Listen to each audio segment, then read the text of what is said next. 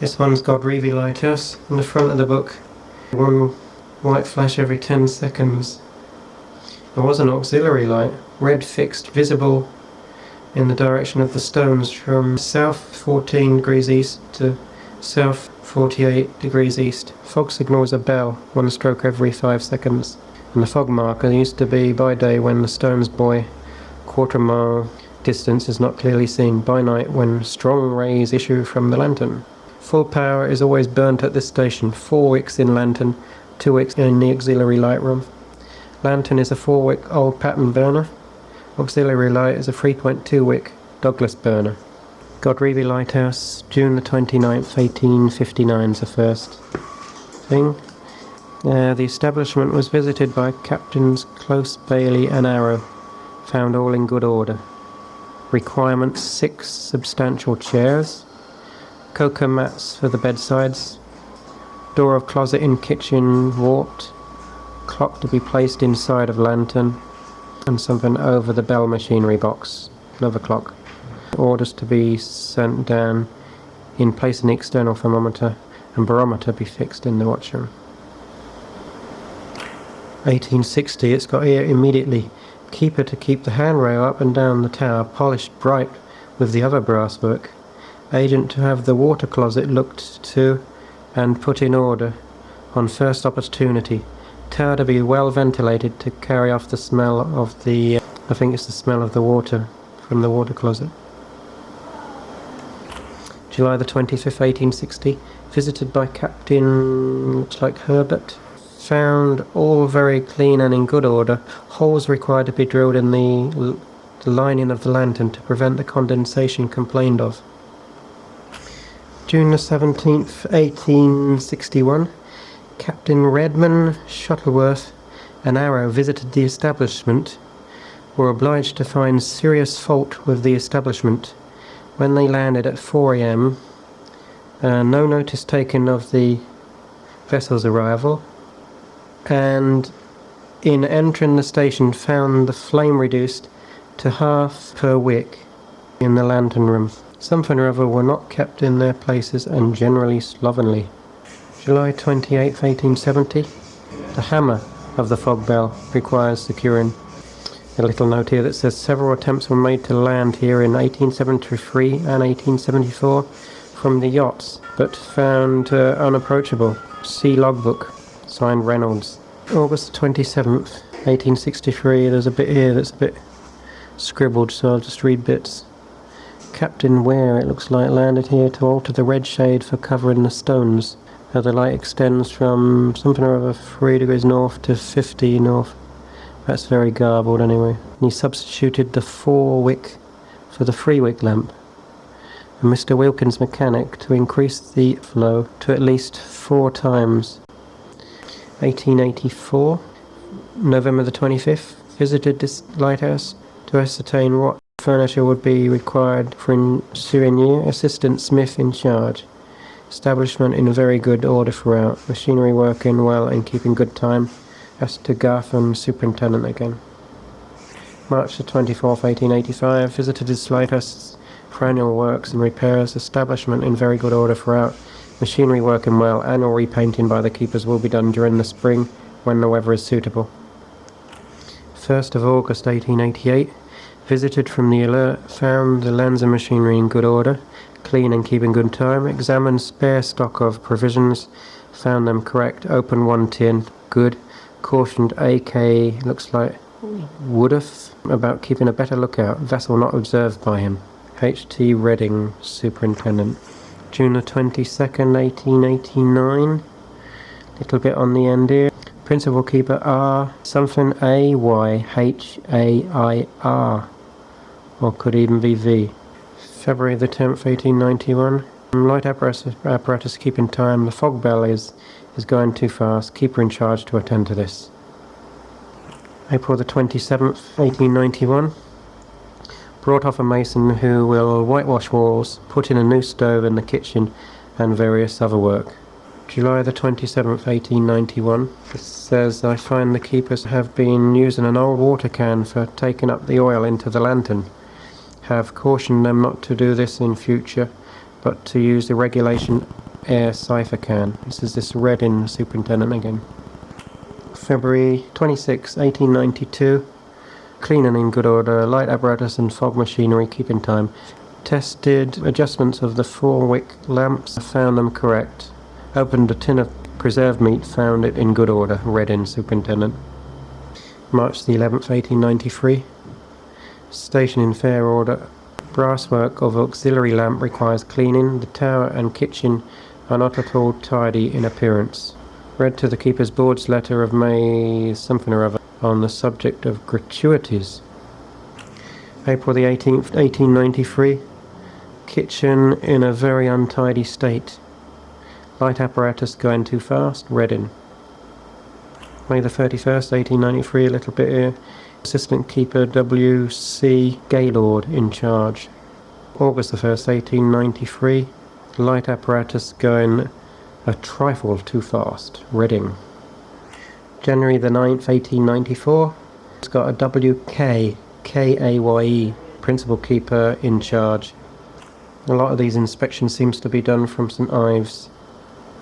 December the 1st, 1894, inspected from St Ives by boat, found the station clean and in good order. Light apparatus going too fast, keepers instructed in regulating it. Reading. April the 4th, 1895, it's got P.K.J. Gouley in charge. G-E-U-L-E-Y. April the 19th, 1895, visited from the Alert. Found Blackwall mechanic repairing revolving apparatus. Keepers employed doing annual painting. Cautioned them to keep a better lookout. Principal Keeper in charge. Reading again. June the 13th, 1895. Got a bit here that says Assistant Keeper W. L or C. Gaylord or Lard in charge. March the 30th, 1897. The vessel was not observed. This is the Alert. A very bad lookout being kept, cautioned the keepers. Reading again. January the 29th, 1898. Inspected from St Ives, found the station generally clean and in an efficient state. The reflectors of the low light are not so clean as they should be, nor the clock in the lantern. Instructed A.K.W.C. Gaylord to clean them thoroughly. Reading again. 20th of December 1899 is on about the when you put the fog on in this place, or the fog bell, and this one is by daytime. It's when the Stones boy has vanished, which is what, something in a bit mile distance. A painting on the same list, it says lantern externally and gallery. It's more or less what all the other towers have done, except it says whitewashing inside of oil store, kitchen and coal house and garden walls. Reading again. June the 8th, 1904. Other bits, and it says the lever of the clapper of fog bell is half worn through and should be at once replaced with new spring. That's by Abel. February the 15th, 1905. Little bit that looks like P.K. Adair's or Adain's in charge. May the 16th, 1905. Inspected from Mermaid. Found station clean and in good order. Mr. something over Heaver, engineer, took dimensions for new incandescent burner. Reading. June the 13th, 1905. Keepers will clean off blisters from cupboard door in kitchen and paint it as near the colour it is now as they can. June 19th, 1909. Visitors from the Irene. Apparatus correct, lens, etc. in good condition. The station is being painted by foreman painter. 4 doors in service room painted, also 2 in the basement. The remainder are to be cleaned and varnished. Visited from the relay boat.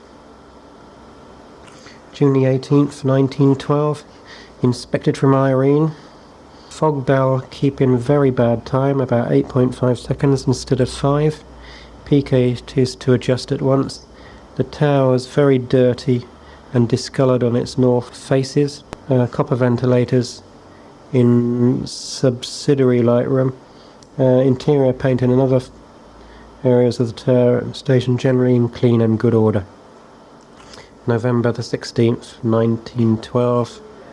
Visited from a relief boat. Found all clean and tidy and found in good order throughout. Revolving apparatus and fog signal keeping correct time. That's Williams, superintendent. The previous one was Marshall. August the 25th, 1914. Recommittee order. There are chips in the top prisms of lenses, none in the centre faces, 6 chips in the bottom prisms. Looks like 7 in the top. June 17th, 1925. Found all clean and in order. This is a boat from St Ives. Light keeping good time. Fog bell making 1 stroke every 6 seconds instead of 1 every 5. The supply of rockets now at station. Telephone wire parted. Will shortly be repaired. 12 oil tanks cleaned out in April and May. 20th of March 1925. Another bit about the telephone wire is broken and not yet replaced. October the 6th, 1925. Telephone cable to the mainland is carried away. April the 24th, 1926. Landed by relief boat from St Ives. Station clean and efficient. Fog signal and light, etc. showing correct time. Telephone cable in order. All oil tanks except numbers 10, 11, 16 and 17 have been cleaned out this year. Reynolds, superintendent. On September the 29th, oil tanks numbers 10, 11, 16 and 17 have now been cleaned out. Reserve provisions, rockets, etc. all correct. February the 11th, 1930. It says station clean and tidy, blah blah blah. Instructions have been given to the keepers in charge for the following: internal painting this year, walls in way of staircase to lantern, halls of entrance lobby, also lavatory, handrails of main staircase where necessary, oil tanks which have been repaired. Is an entry after in 1933 after August. Visited station from St Ives again. It says Mr. something over Elas or Glass, Engineering Chief's Department, and a chap from Blackwell Workshops visited the station to obtain particulars with reference to the alterations of the station to an unwatched light. And that's sort of 1933 August. 29th of May, 33, visited station from Mermaid, while something or other for the installation of the acetylene light, which is to take place August the 7th, 1934. Station clean, lens keeping correct time. Check at the station with reference to what items should be sort of sent ashore. 1934, August the 7th. Station visited by Captain Rylins, it says. This is the day they changed the light from watched to unwatched.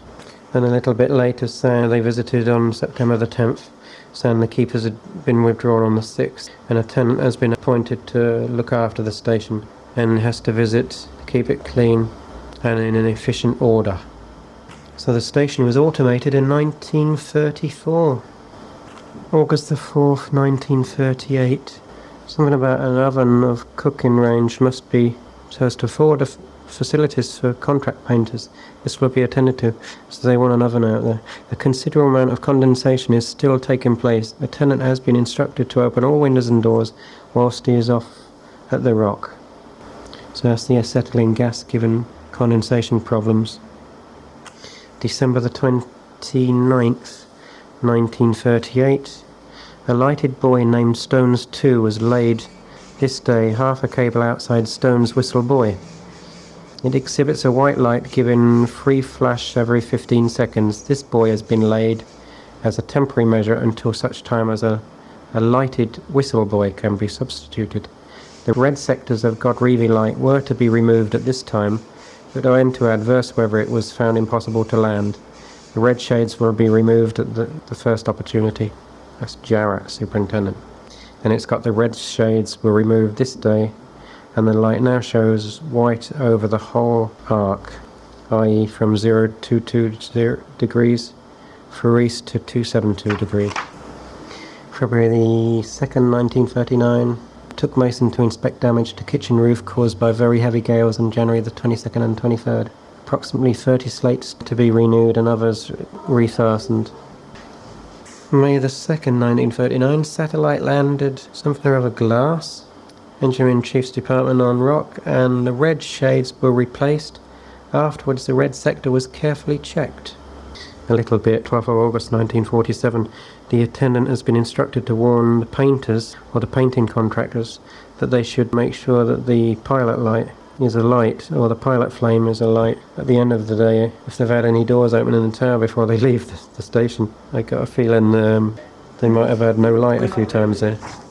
There's one on 9th of October 74, on about the steelwork for a tower for a wind generator is proceeding. May the 11th, 1980, there's one that says the wind generator no longer in service and has been discontinued for nearly 12 months. Light now operated solely on acetylene and is correct and working well. On the 27th of Jan 76, it's got visited by helicopter. Acetylene light in service and wind generator dismantled and landed for modification following failure of electric light. So it looks like the wind generator was there to have its first electricity installed there and it didn't work. Now we've got solar panels.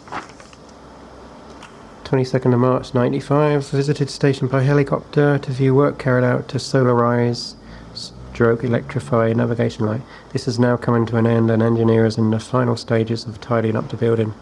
A new helipad has been constructed which is very successful and should provide landing availability at all times of the year in future. Catesby.